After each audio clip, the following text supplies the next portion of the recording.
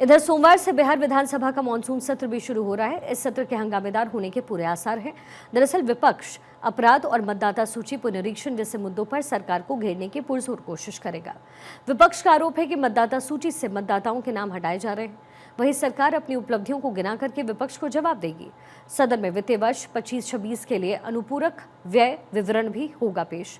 और ये मौजूदा विधानसभा का अंतिम या फिर विदाई सत्र कह सकते हैं वो है। उम्मीद है कि पारंपरिक विदाई सत्र की तरह इसमें गिले शिकवे भुलाने या माफ करने का दौर नहीं होगा। सत्ता पक्ष और विपक्ष दोनों की कोशिश होगी कि सत्र को इस तरीके से यादगार बनाया जाए कि इसका पूरा असर विधानसभा चुनाव पर आए। विपक्ष के पास कई मुद्दे हैं, लेकिन ये माना जा रहा है कि विपक्ष का पूरा फोकस दो बड़े मुद्दों पर रहेगा। पहला है अपराध, दूसरा है मतदाता सूची का गहन पुनरीक्षण। विपक्ष इन्हीं मुद्दों को चुनावी मैदान में लेकर उतरने वाला है। विपक्षी महागठबंधन इन दिनों अपराध की घटनाओं को प्रमुखता से उठा रहा है। लगातार हो रही हत्याओं की घटना की चर्चा लगातार विपक्ष कर रहा है। एनडीए का सुशासन का दावा सिर्फ दावा है, ये कह रहा है। जमीनी स्तर पर स्थिति बेहद खराब है और इसी तरीके से मतदाता सूची का गहन पुनरीक्षण भी विपक्षी दलों के मतदाताओं के नाम मतदाता सूची से हटाने के उद्देश्य से है।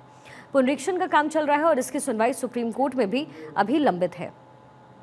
इससे संबंधित सुप्रीम कोर्ट का कोई भी फैसला सत्र समाप्ति की तिथि यानी 25 जुलाई के बाद ही आएगा और इसी बीच 5 दिवसीय सत्र में ये मुद्दा छाया रहेगा।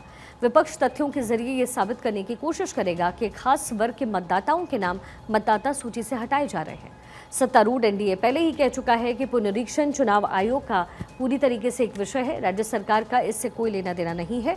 जहां तक अपराध का सवाल है तो सरकार आंकड़ों के जरिए ये बताने की कोशिश जाहिर करेगी कि बिना किसी अपवाद के हर अपराधी पकड़ा जा रहा है। अपराध की कई ऐसी घटनाएं हैं जिन्हें रोका नहीं जा सकता। इसमें आपराधिक गिरोह के बीच वर्चस्व की लड़ाई, व्यापारिक प्रतिस्पर्धा और अपनों द्वारा ही सुपारी लेकर के हत्याएं शामिल हैं।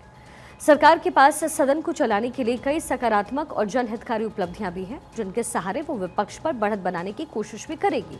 इसमें राज्य की महिलाओं के लिए सरकारी सेवाएं हैं, जिसमें 35% आरक्षण, 1 करोड़ 11 लाख से ज्यादा लोगों के लिए सामाजिक सुरक्षा पेंशन की राशि में वृद्धि और 125 यूनिट मुफ्त बिजली देने का भी वादा शामिल है।